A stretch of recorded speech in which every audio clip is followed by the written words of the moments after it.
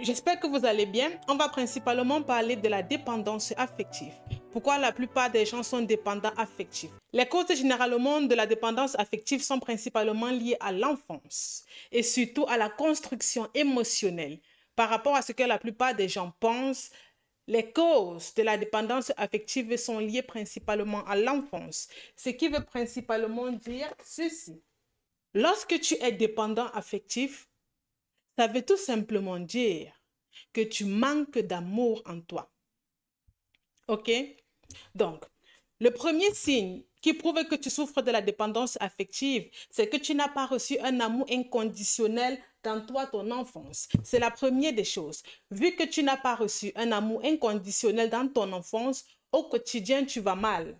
Et c'est ce qui touche la plupart des gens. Tu n'as pas reçu un amour inconditionnel. L'amour que tu recevais était toujours conditionné. On va prendre un exemple très simple, concret, palpable, pour que vous-même vous puissiez savoir de quoi est-ce qu'il s'agit.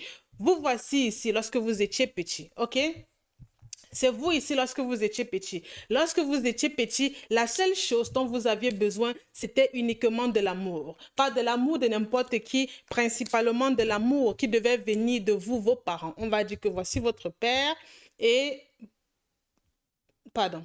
On va dire que voici votre mère, ok? C'est un exemple. Vous aviez, enfant, besoin principalement de l'amour qui venait de vos parents. Et vous que vous n'avez pas reçu ça, vous avez grandi dans le manque. Et c'est principalement à cause de ce manque-ci qu'aujourd'hui, vous vous dirigez vers les autres, vous développez la gentillesse excessive pour les autres, pour généralement vous faire aimer, accepter, valider, considérer. C'est principalement de là que vient la dépendance affective. C'est comme ça que ça se manifeste. Vu qu'enfant, vous n'avez pas reçu l'amour que vous vouliez réellement recevoir, alors vous avez grandi avec le concept comme quoi je dois mériter l'amour, je dois faire des choses pour quand même. Les personnes généralement qui sont dépendantes affectives pensent qu'elles doivent mériter l'amour. Elles se disent pour quand même, il faut que je fasse des choses pour les autres. Il faut que j'assiste les autres. Il faut que je me sacrifie pour les autres. Il faut que je me mette de côté. Je laisse mes aspirations, mes objectifs de vie de côté et je dois construire l'autre pour mériter l'amour des autres. Et les personnes qui sont dépendantes affectives, lorsque tu leur accordes de l'amour, elles ont l'impression que ce que tu fais pour elles n'est pas juste. Elles ont du mal à accepter l'amour des gens si elles n'ont pas au préalable fait des choses pour elles. Et c'est pour ça que dans la plupart des cas, lorsque tout va bien, elles font tout pour tout gâcher. Pas parce qu'elles n'aiment pas le bonheur, parce qu'elles ont été habituées au chaos. Ok? C'est l'un des premiers signes qui prouve que tu souffres de la dépendance affective. Ok? Le deuxième point qui prouve que tu souffres de la dépendance affective, c'est bien évidemment parce que tu as grandi dans un foyer où il fallait être parfait pour être aimé. Si tu as grandi dans un foyer où tu devais laver les assiettes, laver le sol, faire le ménage, en fait, tu étais obligé de faire un certain nombre de choses pour recevoir de l'amour, alors forcément en grandissant, tu t'es dit, aussi longtemps que je ne fais pas toutes ces choses ici, personne ne sera jamais là pour moi. J'ai accompagné une femme qui m'a dit, lorsque j'étais enfant, je devais improviser. J'ai accompagné une femme qui m'a dit, lorsque j'étais enfant, je devais improviser toutes les tâches qui devaient être faites dans la maison. Que ce soit laver le sol, les habits, les chaussures de mon papa, les habits de ma maman. J'improvisais tout pour être aimée. Je faisais tout pour être parfaite, pour ne même pas avoir l'impression qu'on me rejette, que je n'ai pas ma place, que je ne suis pas la bienvenue. C'est généralement comme ça que les personnes dépendantes affectives agissent. C'est toujours comme ça. Si toi, tu as grandi dans un foyer où il fallait être parfait pour être aimé, ça veut tout simplement dire que de façon générale, dans toi, ta vie, tu considères que pour être aimé, tu dois associer l'amour à la performance. Ceci dit, vu que tu considères que l'amour égale performance, alors forcément au quotidien, ce que tu mets en avant, ce n'est pas de l'authenticité. C'est tout sauf l'authenticité. Ce que toi au quotidien, tu mets généralement en avant, c'est principalement le travail. C'est principalement ça que toi tu mets en avant. Et aussi longtemps que tu ne travailles pas, parfois tu as l'impression que tu ne vis pas. Si tu as toujours l'impression que pour te sentir aimé, que pour te sentir vivre, il faut toujours que tu fasses des choses, ça veut tout simplement dire que ton amour propre est équivaut à zéro. OK? Est-ce qu'il y a des personnes jusqu'ici qui se retrouvent dans ce que je dis? Est-ce qu'il y a des personnes qui jusqu'ici se retrouvent dans ce que je dis? Je vous invite à liker, hein. Il faut qu'on arrive minimum à 1000 likes, OK? Il faut qu'on arrive minimum à 1000 likes. C'est important. Pas pour moi, mais pour que toutes ces personnes qui sont dépendantes affectives puissent minimum tomber sur ce type de contenu et guérir elles-mêmes de leurs propres blessures. Si tu es dépendant affectif, sache tout simplement que tu n'as pas reçu assez d'amour dans toi, ton enfance. C'est l'une des choses principales que tu dois comprendre. Oh, pardon. Si tu es dépendant affectif, sache que dans ton enfance, tu n'as pas reçu assez d'amour. Et vu que tu n'as pas reçu assez d'amour, tu te dis toujours que pour être aimé, il faut que je fasse des choses pour les autres. Choses qui ne fonctionnent pas comme ça. Non, c'est faux. Pour que tu sois aimé, tu n'as pas forcément besoin de faire les choses pour les autres. Et si toi, tu penses toujours que pour être aimé, il faut que tu fasses des choses pour les autres, ça veut tout simplement dire que toi, tu n'as rien compris, hein? Je peux te le garantir. Ça veut tout simplement dire que les gens ne t'aiment pas pour ce que tu aimes, mais principalement pour ce que toi, tu fais pour eux. Et c'est ce qui détruit la plupart des gens. Généralement, j'ai l'habitude de dire, la dépendance affective n'est rien d'autre que la gentillesse excessive. Toutes les personnes qui sont excessivement gentilles ne s'aiment pas. Parce que lorsque tu es excessivement gentil, tu es toxique, tu donnes dans la plupart des cas pour recevoir. Et lorsque tu ne reçois pas, tu te mets en colère, tu pètes des plombs et puis tu dis les autres sont ingrats. Ce n'est pas que les autres sont ingrats, c'est parce que tu ne t'accordes pas assez d'amour. Tu ne passes pas assez de temps avec toi-même pour pouvoir t'apporter ce que tu n'as pas reçu dans ton enfance. Est-ce que c'est clair jusqu'ici? Est-ce que c'est clair jusqu'ici? Est-ce que c'est clair jusqu'ici? Et sachez que les personnes qui sont dépendantes affectives sont toxiques. Non, je vous le dis une fois pour qu'on soit quitte, hein. Les personnes qui sont dépendantes affectives sont toxiques. Pourquoi est-ce que toi, tu es dépendant affectif? Principalement parce que lorsque tu étais enfant, tu as vécu deux choses. Tu as vécu deux choses. Soit tu as vécu de l'abandon, ou bien soit tu as vécu du rejet. C'est principalement ces deux choses ici que toi, tu as vécu. Soit tu as vécu de l'abandon, soit tu as vécu du rejet, principalement lorsque tu étais enfant. Et les personnes généralement qui ont vécu soit l'abandon ou bien soit le rejet au quotidien, lorsqu'ils grandissent, ils ont peur encore une fois de plus d'être abandonnés. Et lorsqu'une personne dans son enfance a été longtemps abandonnée, c'est limite construite toute seule. Dans la plupart des cas, elle a peur des séparations. C'est pour ça qu'elle reste dans des relations qui ne la conviennent pas du tout. Est-ce que toi, tu as vécu avec le rejet ou l'abandon? Pardon. Oh là là. Est-ce que toi, tu as vécu avec le rejet ou l'abandon? Je vous prends un exemple simple en ce qui concerne l'abandon, ok? Pour que vous-même, vous puissiez comprendre principalement de quoi est-ce qu'il s'agit. Si vous avez des questions, n'hésitez pas à les balancer en commentaire. Et pour ceux qui ne me connaissent pas, je me prénomme Gwen, thérapeute spécialisée en blessure de l'enfance et traumatisme émotionnel. Et moi-même, j'ai souffert de ces traumas pendant 20 ans. J'ai guéri en 6 mois et je suis âgée de 26 ans. Ok, on va prendre un exemple typique de la blessure du rejet ou bien la blessure de l'abandon. Parce que j'ai dit, les personnes généralement qui sont dépendantes affectives, c'est principalement parce qu'elles ont vécu soit le rejet, soit l'abandon précoce. Quand je dis l'abandon ou bien le rejet précoce, c'est quelque chose qui s'est passé dans votre tendre enfance. Du coup, c'est quoi l'abandon? Ok, l'abandon principalement, A pour abandon, c'est principalement lorsque, quand ton père ou bien ta mère rentrait du travail et que toi, tu voulais causer avec ton parent te disait « Ah, mais tu déranges, tu te plains trop. » Du coup, ce que tu avais à dire, tu le gardais pour toi.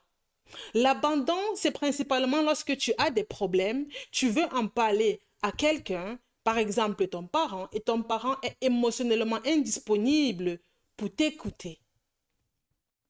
Ça, c'est limite l'abandon. L'abandon, c'est par exemple lorsque tu n'as pas connu ton père ou bien lorsque tu n'as pas connu ta mère. C'est limite lorsque ton père ou ta mère t'avait dit « Depuis que tu es né, tu es une charge pour moi ». L'enfant se sent limite abandonné. Pour se sentir abandonné, il n'en faut pas trop. Il n'en faut pas trop, hein. Non, je vous le dis. Si dans votre enfance, on vous a tout le temps dit « Depuis que tu es né, tu es une charge pour moi, tu ne méritais pas de naître », Depuis que tu es là, tu me donnes que des mots de tête, t'inquiète pas. Tu as principalement vécu avec l'abandon ou le rejet. Mentionne-toi en commentaire si c'est le cas pour toi. OK? Je vais davantage vous prendre des exemples en ce qui concerne l'abandon pour que vous puissiez mieux comprendre. Parce que la plupart des gens ne savent pas généralement ce qu'est la blessure de l'abandon, si elles ont réellement vécu avec cette blessure ou pas. Je vous invite à liker. Il faut qu'on arrive minimum à 2000 likes. C'est un échange. C'est un échange. Ce n'est pas que je parle et vous m'écoutez. C'est que tu me donnes, je te donne. En fait, c'est un échange. Pas seulement pour moi, mais toutes les personnes qui veulent guérir. OK? Donc, ceci étant dit, on va prendre un autre exemple en ce qui concerne l'abandon. L'abandon, c'est principalement quand tu as, par exemple, te voici toi, et on va dire que voici tes frères et sœurs. Voici tes frères et sœurs. L'abandon, c'est lorsque ton parent qui est là, OK, fait de la discrimination. Lorsqu'il donne, par exemple, plus d'amour à tes frères et sœurs, et toi, tu te sens isolé dans ton coin. L'abandon, c'est principalement lorsque ton parent que voici ne te félicite pas, ne t'apprécie pas, ne te dit pas des mots valorisants ou bien des mots doux. Ton parent oublie littéralement de t'apporter beaucoup de soutien, mais lorsqu'il s'agit des reproches, des choses que tu as mal faites, que tu n'as pas dit, que tu aurais dû faire, ton parent n'oublie jamais. Du coup, toi, enfant qui se situe dans cette zone-ci, automatiquement, tu as l'impression que ton parent ne t'aime pas. Par conséquent, si à ce moment donné-ci, tu as des problèmes, des difficultés dont tu veux en parler, tu ne vas pas en parler parce que automatiquement, tu sais que ton parent va te rejeter. C'est pour ça que j'ai l'habitude de dire, l'abandon et le rejet sont assez similaires. OK? Pour que vous puissiez mieux comprendre. On va prendre un autre exemple en ce qui concerne par exemple la blessure du rejet. Le rejet, c'est principalement lorsque toi, enfant, OK, te voici, enfant, tu as des rêves, tu as des aspirations, tu as des objectifs de vie, sauf que tu es obligé d'étouffer tout ça pour faire plaisir à toi, tes parents. Parce que aussi longtemps que tu n'étouffes pas tes rêves, tes aspirations, tes objectifs de vie pour tes parents, en retour, tu ne vas pas recevoir de l'amour venant d'eux.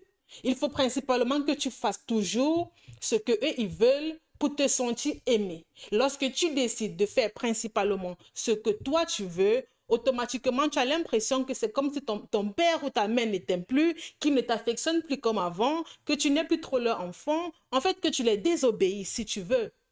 Et aussi longtemps que tu te retrouves dans ce cas de figure, limite tu vis avec du rejet. Pourquoi le rejet? Qu'en est-il de toi tes idées? Qu'en est-il de toi, ta façon de penser? Tu les as mis tous au placard. Ça veut dire que tu as vécu en étouffant tes pensées, tes émotions, tes aspirations, principalement pour faire plaisir à tes parents. C'est ça qu'on dit vivre avec la blessure du rejet. Et lorsque tu grandis comme ça, t'inquiète pas, les chances que tu sois dépendant affectif sont grandes, hein? Je peux te le garantir. Les chances que lorsque tu grandis, tu deviens dépendant affectif, les chances sont grandes, mais les chances sont vraiment massives. Les chances sont énormes, énormissimes. Est-ce que vous avez des questions jusqu'ici? Je n'ai pas encore vu vos questions, ou bien je ne sais pas si c'est moi. Non, mais je n'ai pas encore vu vos questions. Balancez vos questions si vous avez des questions, hein? C'est avec plaisir, hein? Si vous avez des questions, c'est avec plaisir. OK? Est-ce que jusqu'ici, c'est clair pour tout le monde? Tu as principalement grandi avec la blessure du rejet ou bien de l'abandon, ce qui t'a poussé à être dépendant affectif en grandissant. Le prochain signe qui prouve que tu es dépendant affectif, c'est que tu cherches délibérément ou bien désespérément, pardon, à ne plus revivre ce vide. La plupart des gens ne savent pas ce qu'on appelle le vide, mais je vais vous montrer exactement ce qu'on appelle le vide. OK? On va dire que voici un cercle ici. Te voici là. Et tout ce qui est autour, c'est le vide. C'est principalement ça que tu reçois au quotidien. Ceci dit, même lorsque au quotidien, tu es entouré des gens, même lorsque tu es entouré des gens, tu ressens toujours le vide. Tu as l'impression que tu es seul dans ton monde, que tu es seul dans ton univers, que personne ne te comprend, que personne n'est là pour toi, que personne ne peut te soutenir. Et lorsque tu traverses généralement ce genre de situation, Lorsque tu ressens constamment le vide, les chances que tu sois dépendant affectif sont grandes parce que tu vas toujours vouloir combler ce vide et pour vouloir combler ce vide, tu vas te dire, peu importe qui vient, je prends la personne parce que j'en ai marre de me sentir seule, j'en ai marre de ressentir ce vide que je n'arrive pas à combler depuis des années et des années. Tu vois? Donc, c'est la raison pour laquelle la plupart des gens, de façon générale, la plupart, vraiment la grosse majorité sont dépendants affectifs. Ça vient du manque, de ce que vous n'avez pas obtenu, de ce que vous n'aviez pas vécu lorsque vous étiez enfant. Et dans la plupart des cas, les personnes généralement qui ressentent le vide, vous savez quoi? Les personnes généralement qui ressentent le vide, elles sont excessivement gentilles. Hormis du fait qu'elles sont excessivement gentilles, dans la plupart des cas, elles sont aussi colériques. Parfois, elles aiment aussi le contrôle. Et dans la plupart des cas, elles sont perfectionnistes. Être perfectionniste, c'est toujours vouloir que les choses soient parfaites. Et aussi très exigeantes. Ou bien même, ce sont des personnes qui, dans la plupart des cas, elles font tout pour éviter les conflits. Est-ce que tu te reconnais dans ce cas de figure? Est-ce que tu te reconnais dans ce cas de figure? Dis-le-moi.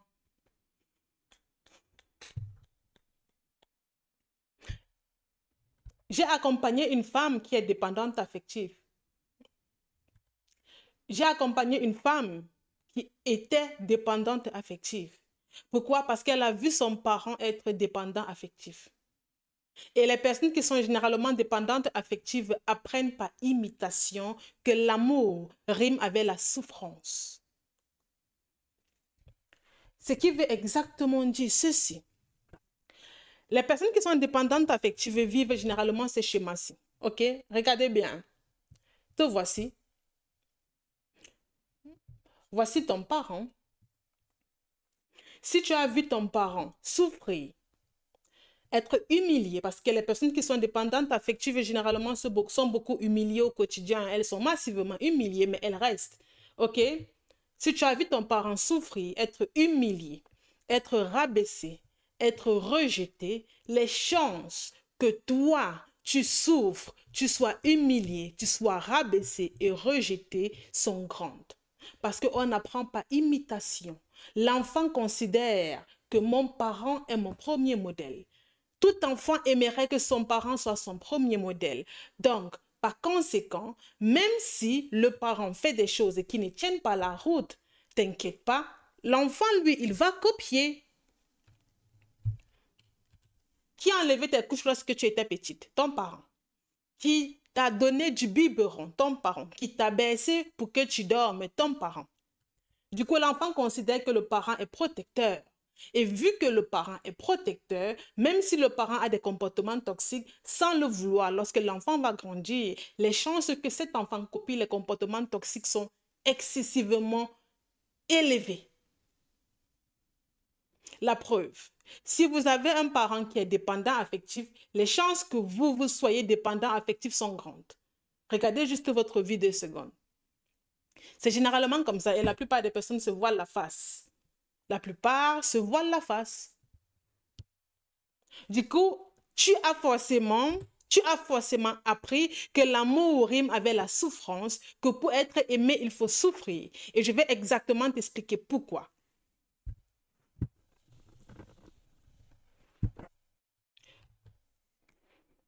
Ça, c'est la souffrance. Hein? Donc, du coup, c'est un cœur qui est brisé. Ça, c'est toi. Tu as appris que pour recevoir de l'amour, tu devais souffrir. La preuve. Lorsque ton parent, écoute bien, lorsque ton parent te faisait des choses enfant, te maltraitait, t'humiliait, te rabaissait, te méprisait, il justifiait ça par « je fais tout ça parce que je t'aime ». Écoute bien, ou bien regarde bien. Du coup, tu as appris que la souffrance égale amour. Par conséquent, voici ton parent au milieu de tout ce carnage, de tout ce cirque. Et du coup, quand tu faisais parfois ce qui ne convenait pas à ton parent, tu recevais des punitions. Ton parent te disait, aussi longtemps que tu es chez moi, tu suis mes règles. Ton avis ne comptait pas, on s'en foutait de ce que toi tu pensais, t'inquiète pas. On te disait, pour que je t'aime, il faut que lorsque je rentre, le sol soit lavé. Pour que je t'aime, il faut que tu m'amènes de bonnes notes scolaires à la maison. Ce n'est pas pour dire que l'enfant ne doit pas avoir de bonnes notes scolaires. Ça n'a rien à y voir. C'est juste pour vous faire comprendre que dans votre enfance, on vous a imposé des choses. Votre avis ne comptait pas lorsque vous étiez enfant et c'est parce que votre avis ne comptait pas que vous avez exactement pris la maltraitance que vos parents vous ont inculquée pour comparer ça à de l'amour. C'est pour ça qu'aujourd'hui, pour vous, l'amour égale souffrance. Littéralement à cause de ça. Et aussi longtemps que tu penses comme ça, ta vie sera toujours un calvaire. L'une des choses principales que tu dois comprendre, c'est que le bonheur est interne et non externe. Et ce n'est pas parce que tu n'as pas reçu l'amour, l'affection, la considération de tes parents que tu ne peux pas avoir une vie équilibrée. Ça n'a rien à y voir. Rien du tout. Mais vraiment rien du tout. Rien du tout. Rien du tout, du tout, du tout, du tout. Rien du tout. Rien du tout. Si vous avez des questions, n'hésitez pas à balancer vos questions. Hein. Balancez vos questions si vous avez des questions en commentaire. Balancez vos questions, je vais répondre. OK? Ça n'a rien du tout à y voir. Rien du tout. Et c'est pour ça, généralement, que je dis, si vous avez eu des parents dépendants affectifs, les chances que vous soyez comme eux sont grandes. C'est pour ça que je dis toujours, si tu as des enfants, guéris de tes blessures de l'enfance, pas seulement pour toi, mais aussi pour tes enfants. Sinon, tu vas exactement infliger à tes enfants ce par quoi toi, tu es passé. Aujourd'hui, tu es dépendant affectif parce que tes émotions n'étaient pas accueillies. On te disait, arrête de pleurer, tu es trop hypersensible, tu te mets trop vite en colère. Du coup, tu n'as pas appris à gérer ton vide intérieur, ton espace intérieur, ta paix, ta liberté, tes émotions, ainsi que tes décisions. C'est la raison pour laquelle aujourd'hui c'est un carnage pour toi lorsqu'on te demande de prendre des décisions. Tu es perdu. Limite, tu frissonnes en mode, mais comment c'est possible que je sois toujours dépendant affectif malgré tout ce que je fais? Ce n'est pas possible. Ok, si, c'est possible. Parce que ton cerveau applique uniquement ce qu'il connaît. Regarde juste le commentaire et dis que tu auras les réponses à toutes tes questions. OK? Si tu as grandi dans une famille où on te disait généralement, arrête de pleurer. Tu te plains trop. Tu es trop hypersensible. Oh, t'inquiète pas. T'inquiète pas. Aujourd'hui, si tu as grandi dans ce concept-là, tu vas t'en rendre compte principalement qu'aujourd'hui, tu as principalement les crises de colère. Et en dehors de ça, tu es excessivement gentil. Tu as forcément l'un des deux. Et balance-le en commentaire. Tu as forcément l'un des deux. Je suis je suis hypersensible. Je suis hypersensible. Être hypersensible, ce n'est pas une maladie. Il faut juste savoir gérer ses émotions. On ne guérit pas de l'hypersensibilité. Avant, j'étais toxique, je gérais très mal mon hypersensibilité. Du coup, tout m'affectait. Je prenais les émotions des autres, les énergies des autres comme moi, mes propres émotions, comme moi, mes propres problèmes. Et si c'est que tu veux sortir de cette hypersensibilité, la seule chose que tu dois apprendre à faire, c'est de gérer tout simplement tes émotions. C'est la seule et unique chose, pas plus. Tu es dépendant affectif si tu as été parentifié trop jeune, si tu as été mature trop jeune, si très tôt on t'a habitué à t'oublier pour exister à travers les autres. Un exemple simple, ok? Mais j'ai besoin de vos retours. Hein? Dites-moi en commentaire, est-ce que vous aimez quand j'affiche le tableau comme ça? Est-ce que vous aimez quand j'affiche le tableau comme ça, j'écris? Est-ce que vous trouvez c'est une bonne chose? Ça vous plaît comme ça? Quand j'affiche le tableau comme ça avant d'écrire, ça vous plaît? C'est agréable pour vous? Dites-le moi, j'ai besoin de le savoir. Là, je saurai comment je vais faire avec les autres lives. Je veux vraiment avoir votre retour. Je vous invite à liker. On est assez nombreux. Il faut qu'on arrive minimum à 10 000 likes. Comme je dis toujours, c'est un échange, vous savez. C'est grâce à vos likes que beaucoup de personnes guérissent. Et imagine, si des gens avant vous n'avaient pas liké le panel, c'est que vous n'aviez pas forcément trouvé mon contenu. Et pour tous ceux et celles qui viennent d'arriver, je me prénomme Gwen, thérapeute spécialisée. En blessure de l'enfance et en traumatisme émotionnel, j'ai souffert moi-même de ces blessures pendant 20 ans. J'ai guéri en 6 mois et j'accompagne des personnes afin qu'elles aussi puissent guérir des blessures de l'enfance et vivre de façon épanouie avec la paix intérieure. OK? Du coup, revenons au vif du sujet. Tu es dépendant affectif si tu as été mature beaucoup trop tôt.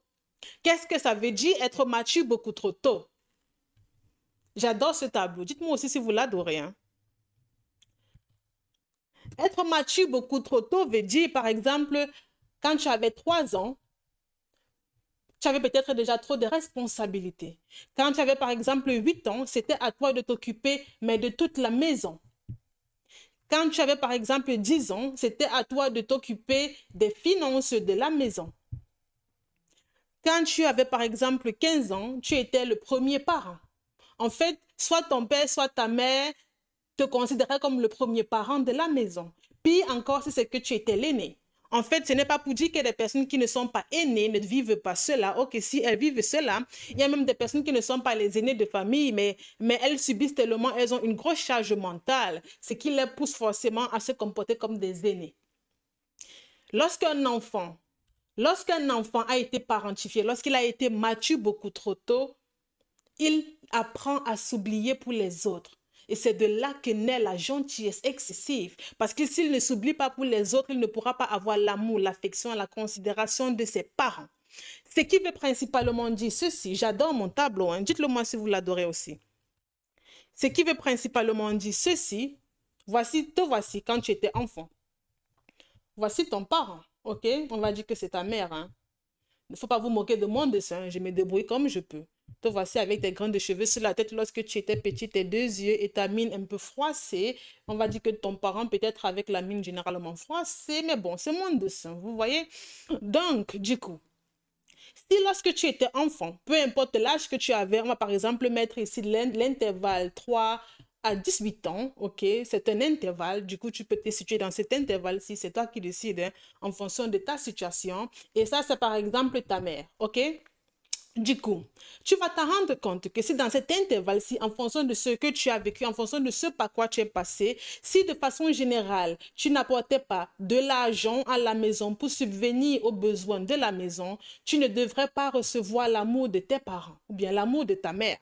Si parfois tu ne faisais pas les travaux de la maison sans qu'on ne te demande, tu ne devais pas recevoir l'amour de tes parents. Et parce que ta mère avait tellement ses problèmes, elle était peut-être émotionnellement instable, peut-être dans son foyer tout allait mal. Par conséquent, elle n'avait pas du temps. Elle n'avait pas du temps pour toi. Et pour que tu puisses te sentir aimé par elle, pour la pousser, l'obliger inconsciemment, elle, à mettre ses problèmes de côté afin de s'occuper principalement de toi, qu'est-ce que tu faisais? Tu faisais ceci. Tu avais donc commencé à faire tout dans la maison. Même sans qu'on ne te demande de faire des choses, tu les faisais. Parce que tu voulais que que ta mère ou bien ton père te donne de l'amour. Donc, depuis tout petit, tu as appris à faire des choses uniquement pour qu'on t'aime. Et lorsque tu ne faisais pas ces choses-ci, tu ne recevais pas de l'amour. C'était mort, t'inquiète pas, tu ne devais rien recevoir. Et si tu ne recevais pas de l'amour, si c'est que tu avais ce cœur brisé ici, tu devais généralement ressentir le vide, chose que tu voulais éviter à tout prix. Et c'est principalement parce que tu voulais éviter ce vide-ci, parce que je suis passée par là, j'ai aussi ressenti ce vide-ci pendant de très longues années, et je sais ce que ça fait. Et vu qu'on veut généralement éviter ce vide-ci, qu'est-ce qu'on fait? On commence à faire tout pour faire plaisir aux autres. En fait, ça commence généralement par, tu commences à faire tout pour faire plaisir à ton parent.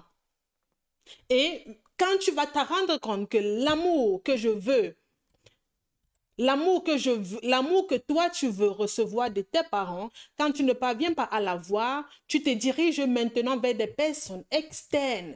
Tu commences à être excessivement gentil avec des personnes externes parce que tu te rends compte que ta mère est incapable de t'apporter exactement ce que tu veux recevoir. Ok? Ça peut être ta mère comme ton père, c'est juste un exemple pour que toi tu puisses mieux te situer. Vous voyez de quoi je parle? Est-ce que vous voyez de quoi je parle? Donc, la plupart des personnes ont grandi principalement dans ce style de famille-là. La plupart.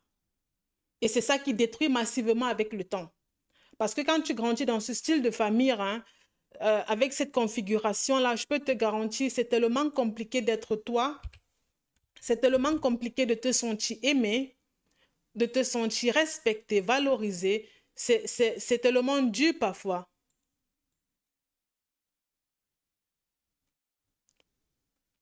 C'est tellement dur parfois. Extrêmement dur. Extrêmement difficile.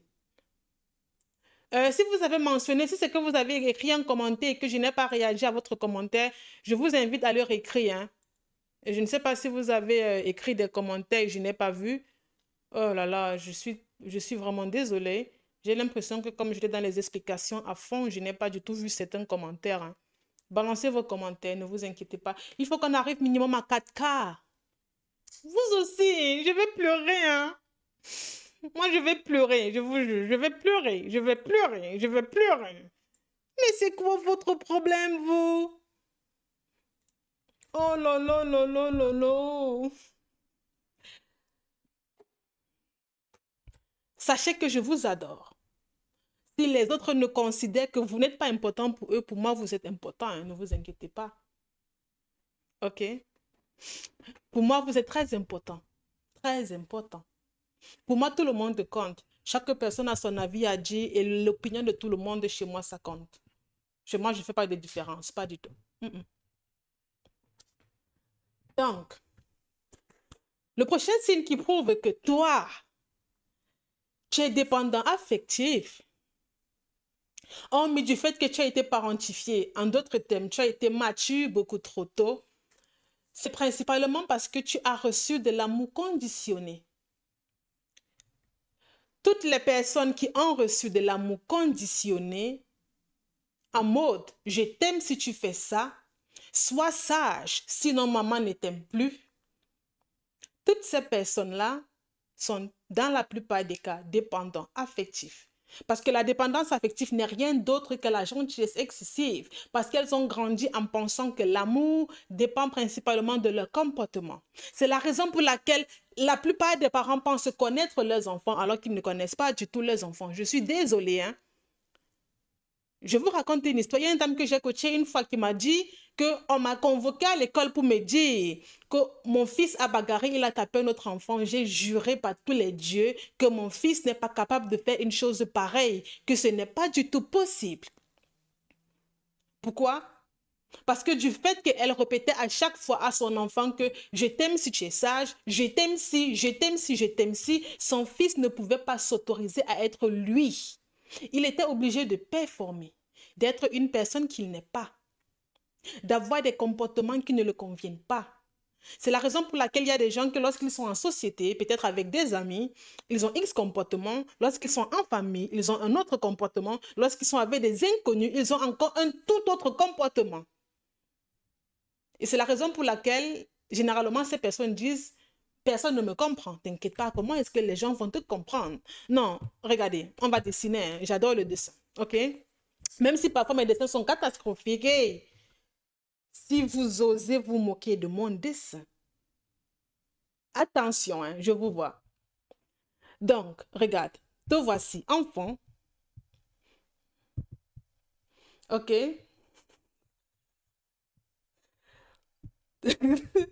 Voici ta mère, ok? On va dire, et voici ton papa. Bon, voilà, le voici. Il avait ses petits grands cheveux, ses oreilles. Généralement, les papas sont parfois de mauvaise humeur, mais ils s'en va mettre la mine. La mine est normale, ok? Tu vas t'en rendre compte que si ta mère te disait « Je t'aime si tu es intelligent », du coup, tu faisais tout à l'école pour faire partie des premiers. Ton père te disait « Je t'aime si tu es fort ». Tu faisais tout pour ne jamais montrer tes faiblesses. À chaque fois qu'on te disait « je t'aime si, je t'aime si, je t'aime si », tu prenais cette condition-là et tu la considérais comme vraie. Et tu te disais automatiquement « si je me comporte exactement comme mes parents, en fonction de ce que mes parents attendent de moi, automatiquement, je vais être aimé. » Et lorsqu'on te fait croire, lorsqu'on te donne ce type d'éducation, tu reçois par conséquent un amour conditionné. En mode, Même pleurer, tu n'arrives pas à pleurer. Même sauter de joie, tu n'arrives pas à le faire parce qu'on t'aime si. C'est la raison pour laquelle j'ai l'habitude de dire, et je le dirai toujours, qu'il y a une différence entre ce que le parent veut et ce que l'enfant veut pour lui. Te voici, voici ta mère, voici ton père. Ta mère peut-être veut que tu sois responsable. Ton père peut-être veut que tu sois éduqué. Toi, tout ce que tu veux, c'est l'amour. Ça fait trois. Entre ce que toi, ta mère veut et toi, tu veux, ce que toi, ton père veut et toi, tu veux, ça fait trois. Alors que l'enfant, de façon générale, tout ce qu'il veut, c'est l'amour. C'est tout. Il s'en fout de, en mode, soit respectueux, soit éduqué, soit ci, soit ça. Mais l'enfant s'en fout de ça. Tout enfant veut être tellement proche de son parent. Et généralement, l'enfant reçoit principalement l'amour conditionné dans le cas où, lorsque peut-être tu n'es pas respectueux, du coup, ton parent ne t'aime plus, c'est mort. Lorsque tu rentres de l'école, par exemple, tu ne débarrasses pas ton cartable, c'est mort, ton parent ne t'aime plus. Lorsque ton père rentre de l'école et tu n'as pas encore lavé tes petits frères et sœurs, c'est mort. Et en fait, du fait qu'il soit fâché, automatiquement, tu reçois moins d'amour. C'est ça qu'on appelle un amour conditionné.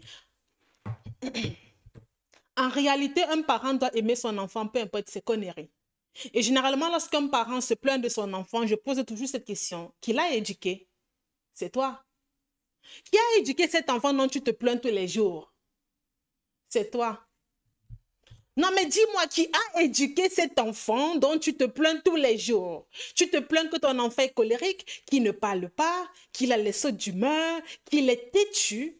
Qui l'a éduqué? Non, dis-moi, qui l'a éduqué? C'est toi. Viens prendre ton trophée. Je ne suis pas en train de minimiser tes efforts. Ça n'a rien à y voir. Je t'explique juste les choses. Que lorsqu'un enfant ne reçoit pas l'amour conditionné, automatiquement, il va copier tous tes comportements toxiques, tous les comportements que tu ne veux pas avoir en toi. Ton enfant va copier de A à Z. Même la virgule, il ne va pas laisser. Il va tout copier, hein, je te garantis. En tout cas, tu es parent. Forcément, tu sais principalement de quoi je parle. Bonjour, Gracivine. Tu sais forcément de quoi je parle. Tu sais forcément. Je vous invite à liker. Il faut qu'on arrive à 5K. 5000 likes, ok? C'est un échange, vous savez. J'aime la proximité. Je vous dis, j'aime la proximité. Vous vous éloignez toujours de moi. Je ne sais pas pourquoi. Mais ce n'est pas à cause de moi que vous souffrez. Pourquoi vous me fuyez? Mais pourquoi vous me fuyez? Pourquoi? Je vous ai fait quoi? Rien. C'est dû. J'aime la proximité. Il faut venir. Venez. Pourquoi vous vous éloignez toujours de moi? Je vais pleurer. Hein. Moi, je vais pleurer. Ce n'est pas les blagues. OK? Donc. Si vous avez des questions, n'hésitez pas à les balancer. Tu, de façon générale, es dépendant affectif. Je suis sûre que c'est un point où 99,999% des gens vont se reconnaître.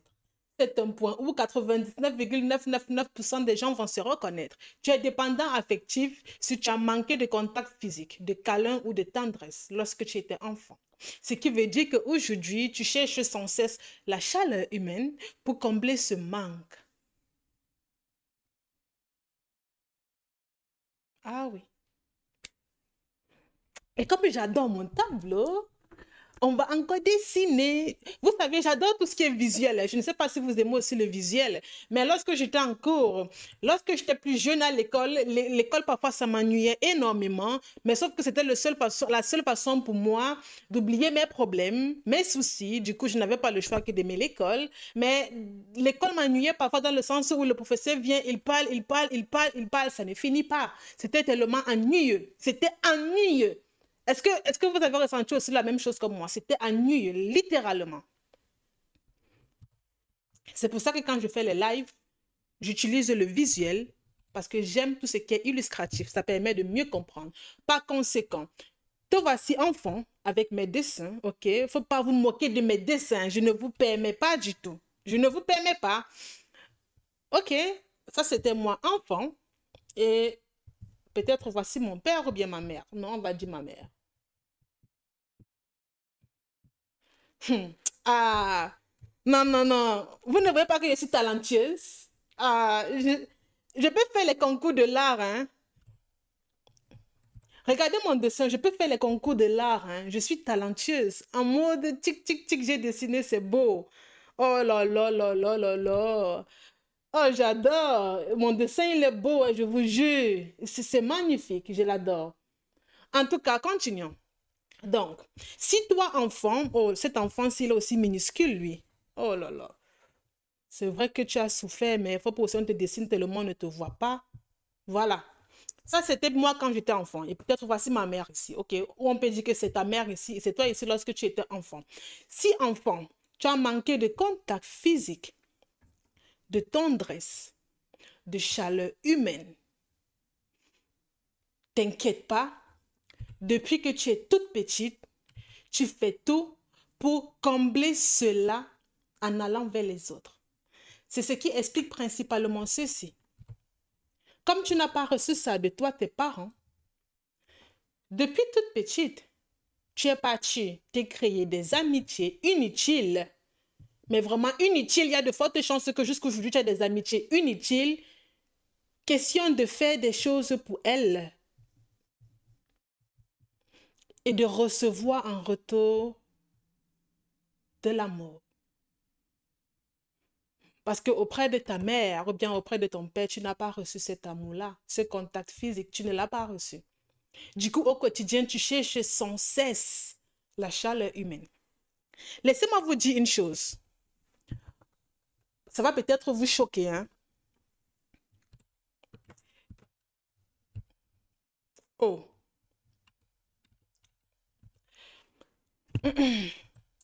J'accompagne actuellement une femme qui, depuis de nombreuses années, elle faisait toujours des achats énormes. Elle préparait toujours chez elle plusieurs nourritures.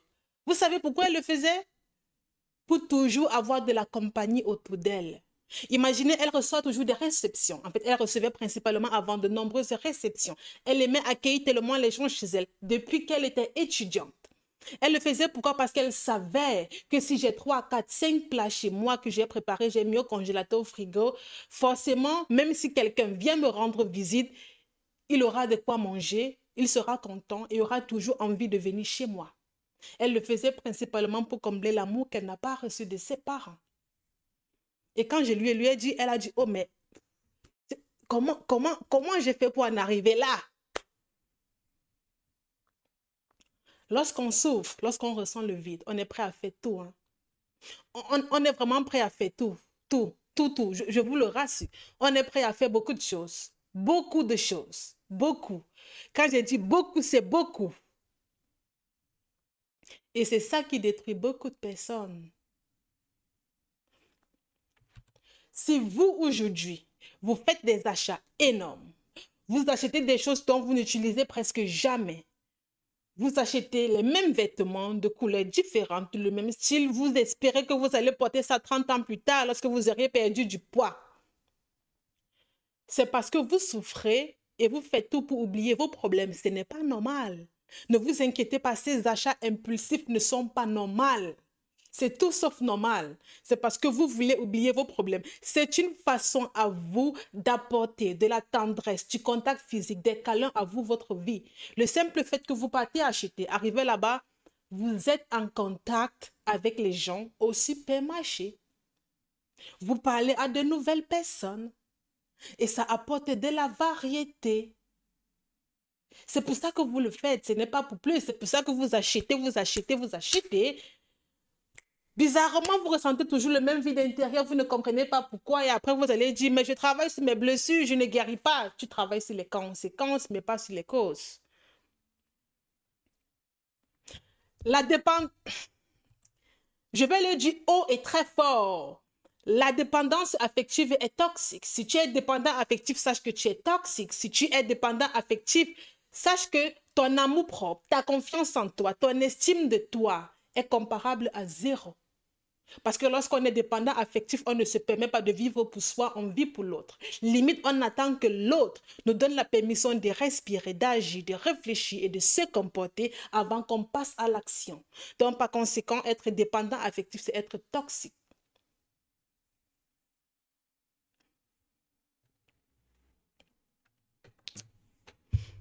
Donc, c'est un peu ça. Tu es dépendant affectif si tu as principalement vécu dans un environnement critique ou froid. Du coup, tu cherches à tout prix la validation et l'approbation des autres. Si tu as principalement vécu dans un environnement où on te faisait constamment de reproches, constamment des critiques, on ne te valorisait presque pas, t'inquiète pas, aujourd'hui tu vas faire tout pour qu'on puisse te valoriser, d'où le perfectionnisme. Être perfectionniste, c'est vouloir que tout soit parfait. Je vous le dessine, vous savez, j'aime bien dessiner. Du coup, ouvrez bien vos yeux, c'est capital ce que je vais dessiner là. Si lorsque tu étais enfant, oh, cet enfant-ci, il souffre, à chaque fois je dessine de ces images, mais bon. Mais mon dessin, il ressemble à un petit sorcier, une petite sorcière, mais je vais quand même dire qu'il est joli, hein. Ok, ça c'est toi enfant, ça c'est par exemple ton père ou ta mère. Si ton père ou si ton parent te faisait beaucoup de reproches, beaucoup de critiques, t'humiliait beaucoup, automatiquement depuis enfant, il y a cette barre, cette barrière qui s'est installée entre vous. Du coup, lorsque ton parent te faisait énormément de reproches, de critiques et t'humiliait, même lorsque ton parent à un moment donné commençait à te féliciter d'avoir fait des choses, les chances que toi tu ne t'en rappelles pas sont grandes. Je peux te le garantir. Les chances que toi tu ne t'en rappelles pas qu'un jour ton parent t'ait réellement félicité sont grandes parce que les reproches, les critiques et les humiliations étaient beaucoup plus présents. C'est ce qui t'a marqué ton esprit. C'est ce qui a marqué ton esprit. Du coup, cette barrière-ci a été mise entre vous deux depuis tout petit. C'est pour ça qu'il y a beaucoup de personnes qui disent généralement, je ne me rappelle pas un jour que mon père ou bien que ma mère m'ait félicité. Je ne me rappelle jamais. C'est un peu comme si je te dis, ah mais tu... Écoutez. C'est un peu comme si je te dis, ah mais tu es nul, tu ne vaux rien, tu ne sais rien, tu ne vas jamais réussir. Et puis, un autre jour, je te dis, ah mais waouh, tu as bien fait, hein? C'est bien, c'est beau, continue comme ça. Imagine, j'écris sur toi comme ça, c'est dit 20 fois en un mois. Et puis, je te fais ce petit compliment une fois par mois. Qu'est-ce que tu vas le plus retenir? Même si on efface ta mémoire, la seule chose qui va rester, ce sont les reproches, les cris, les humiliations, les injures, rien d'autre. Et lorsque tu grandis dans un contexte comme ça, bienvenue la souffrance. C'est pour ça qu'il y a beaucoup de personnes qui sont assez froides. Ce n'est pas qu'elles veulent être froides, ce n'est pas qu'elles ne veulent pas apporter de l'amour aux autres, c'est parce qu'elles donnent uniquement ce qu'elles ont reçu. Elles donnent uniquement ce qu'elles ont reçu. J'ai l'habitude de dire ceci. Lorsqu'on est enfant, on subit, mais lorsqu'on devient adulte, on fait subir aux autres ce que nous, on a subi, d'où les relations toxiques. Mais les personnes équilibrées sont rares. Oui, les personnes équilibrées sont rares. Oui, les personnes équilibrées sont rares parce que la plupart des gens ne veulent pas travailler sur elles et se disent que ce sont les autres qui vont les aider, elles, à être heureuses. C'est faux. Vous devez comprendre une chose, c'est capital. Tu dois être la meilleure version de toi pour apporter le maximum d'amour à ton ou ta partenaire et ton partenaire doit faire pareil. Ce n'est pas que toi, tu dois sacrifier ta vie pour lui ou pour elle. C'est faux, c'est erroné, ça n'a pas sa place, ça n'a pas de sens. C'est pour ça que les relations amoureuses ne fonctionnent pas. C'est aussi pour ça que vous tombez généralement sur des personnes qui ne vous conviennent pas. En fait, si vous voulez, si vous tombez sur une personne, toxique, ne vous inquiétez pas, elle vous convient à 100%. Non, il ne faut pas vous tromper, ne vous inquiétez pas. Cette personne vous convient à 100%. Vous attirez à vous que ce que vous êtes. Oh. Vous attirez à vous que ce que vous êtes. Rien de plus. Donc, si tu es toxique, si ton partenaire est toxique, sache que toi, tu es toxique. N'hésitez pas à vous abonner parce que je passe en live tous les jours. OK? Et la rediffusion des lives, c'est toujours sur YouTube. Toujours et toujours sur YouTube. Donc, n'hésitez pas à vous à vous connecter, à vous abonner pour recevoir les notifications. Et en passant, il y a un programme que je mets sur pied uniquement sur 3 mois. C'est principalement pour l'approche des fêtes. Pour ceux qui veulent commencer l'année dans de bonnes conditions, le lien, il est dans ma bio. Tu réserves juste un appel découvert. C'est gratuit, une conversation avec moi pendant 30 minutes qui me permet de connaître exactement ton problème et je te dis exactement comment t'aider et on commence. Le plus important, c'est que tu puisses commencer la nouvelle année dans de très bonnes conditions. C'est un programme exclusif. C'est uniquement 10 personnes. Je prends, j'ai déjà pris 3. Ça reste 2. Pardon. Ça reste 7. Le lien, il est dans la bio. J'aurais voulu vous rencontrer. Je suis là. Tu veux me rencontrer? Je suis là, grâce divine. Je suis là. Viens me rencontrer. Ok, je suis là. J'étais dépendante affective. J'ai attiré un homme émotionnellement distant. C'est normal. C'est normal. Tu as attiré un homme qui est exactement comme toi. Lorsqu'on est dépendant affectif, on est émotionnellement indisponible. Et une personne distante est émotionnellement indisponible. Ça va de pair. Ça se ressemble tellement. C'est la même chose, vous savez. C'est la même chose. Il est déjà 25 par ici. Il est déjà 25 par ici. Ok. Donc,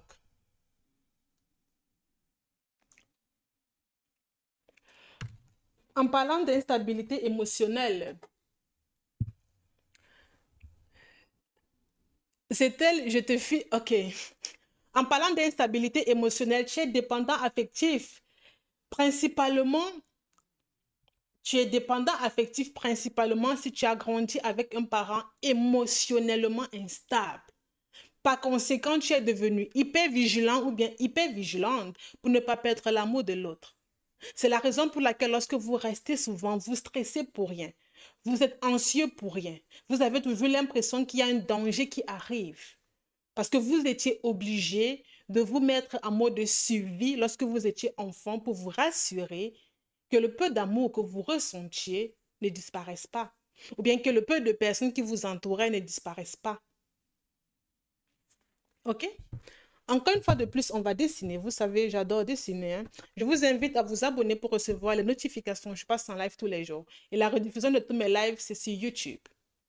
Donc actuellement, je suis en même temps en live sur YouTube ainsi que sur TikTok, sur Facebook et sur Instagram aussi. OK? Donc, qu'est-ce que c'est de l'hypervigilance?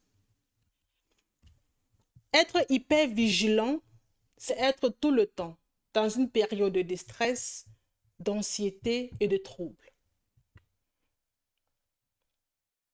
Et lorsque tu te retrouves dans ce cercle-ci, forcément au quotidien, tu vivras généralement avec la peur de perdre, la peur de te sentir seul. Et comme tu as peur de perdre ou bien de te sentir seul, t'inquiète pas, tu seras donc dépendant affectif. Dans l'hypervigilance n'est rien d'autre que le fait de vivre avec... L'hypervigilance n'est rien d'autre que le fait de vivre avec des troubles. Et de quoi encore? Oh là là, j'avais dit TSA. Oh, j'ai oublié ce que je disais.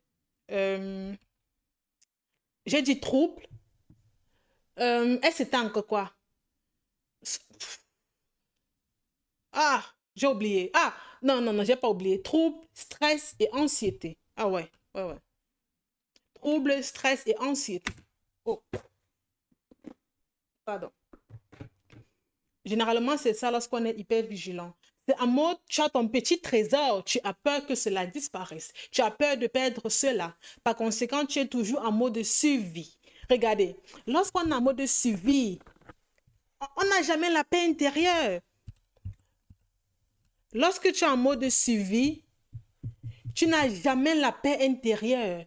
Et vu que tu n'as jamais la paix intérieure, t'inquiète pas, même ton sommeil sera catastrophique. La qualité de ta vie sera désagréable. Au quotidien, tu vas te sentir mais vide de chez vide parce que tu fuis à chaque fois un danger qui n'existe pas.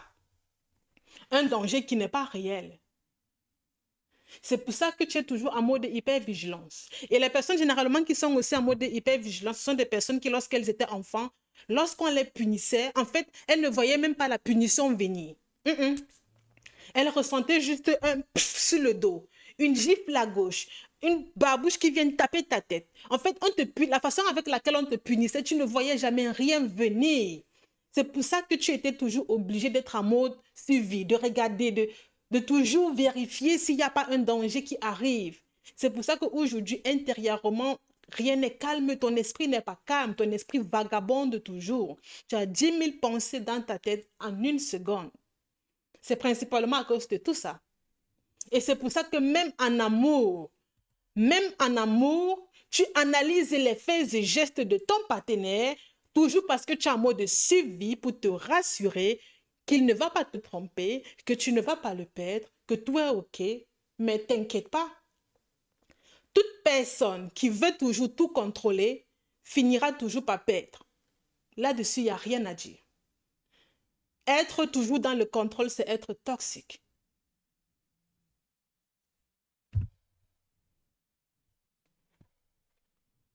Le contrôle, c'est toxique. C'est un peu comme si je suis en train de parler, tu veux savoir ce que je vais dire dans 2 minutes.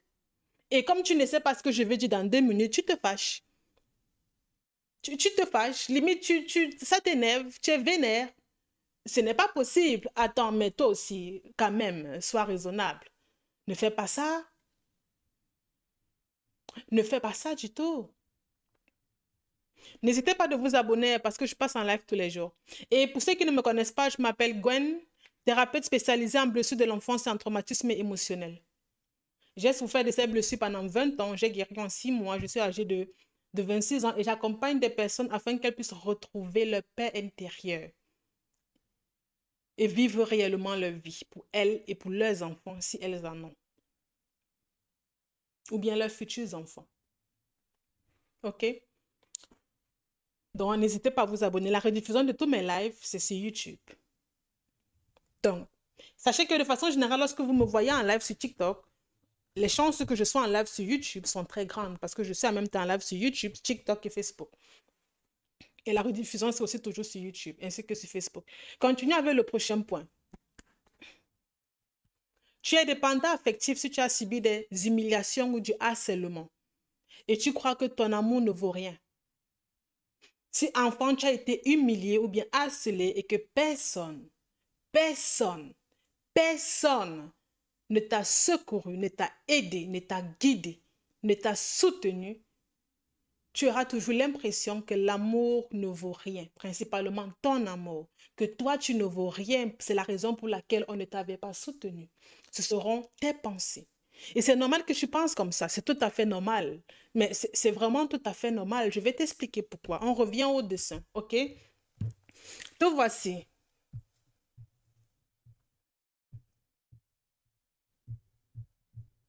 Lorsque tu étais petit, ok? On va dire que voici tes parents. Oh, pourquoi ça n'écrit pas bien? Oui, là, on va dire que voici tes parents. Du coup, tu vas t'en rendre compte que si enfant, par exemple, à l'école, tu subissais des humiliations, des injures, et pour les rares fois où tu venais en parler à ton parent s'en foutait complètement ou ne réagissait pas, t'inquiète pas, depuis ce jour, tu as mis une barrière entre vous deux parce que tu t'es dit, si mon père ou bien ma mère ne vient pas à mon aide, ça veut dire que je suis inutile. Il y a de fortes chances que depuis ce jour, psychologiquement, tu t'es complètement fermé à eux. Et c'est depuis ce jour-là que tu surmontes tout seul. Parce que tu sais qu'il n'y aura personne qui va venir à ton secours. Et généralement, on a l'habitude de faire aux autres ce qu'on aimerait qu'on nous fasse. En mode, comme ton père ou ta mère ne t'avait pas soutenu enfant, tu vas commencer à être excessivement gentil, donc dépendant affectif, faire tellement de choses pour les autres parce que c'est ça dont tu as toujours rêvé avoir ou bien recevoir. Mais ça ne fonctionne pas comme ça. Tu dois plutôt te focaliser sur d'autres choses pour avoir des résultats différents. Je vous invite à liker, il faut qu'on arrive à 10K. À demain. Bonne soirée à vous, bien bonne journée à certaines.